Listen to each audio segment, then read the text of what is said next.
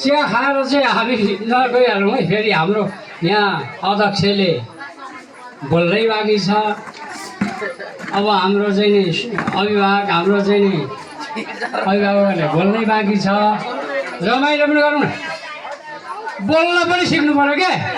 हामीले केही न केही कुरा त बोल्न सिक्नुपर्छ, किनभने देशमा लोकतन्त्र गणतन्त्र राजतन्त्रदेखि पछाडि अनि लोकतन्त्र पनि बोल्न पाइन्छ भन्ने सही कुरा त बोल्न पाउँछ नि हामीले। र हाम्रो दाजुभाइहरूले पनि केही अब सुझाव सल्लाह दिनुहुन्छ होला। र यहाँ अर्को कुरा के छ भने अध्यक्षज्यूले पनि मलाई के भन्नुभएको छ भनेदेखि मलाई चाहिँ भारी भयो, हाम्रो चाहिँ समितिबाट एउटा अध्यक्ष चाहियो भन्नुभएको छ। अब अध्यक्ष चाहिँ तपाईँले नै उम्राउनु चाहिँ भनेको छु। हुन्छ लु लु लु लु सबैजना यता छिरौँ, खान्छ मन्छ सबैले सुन्छ।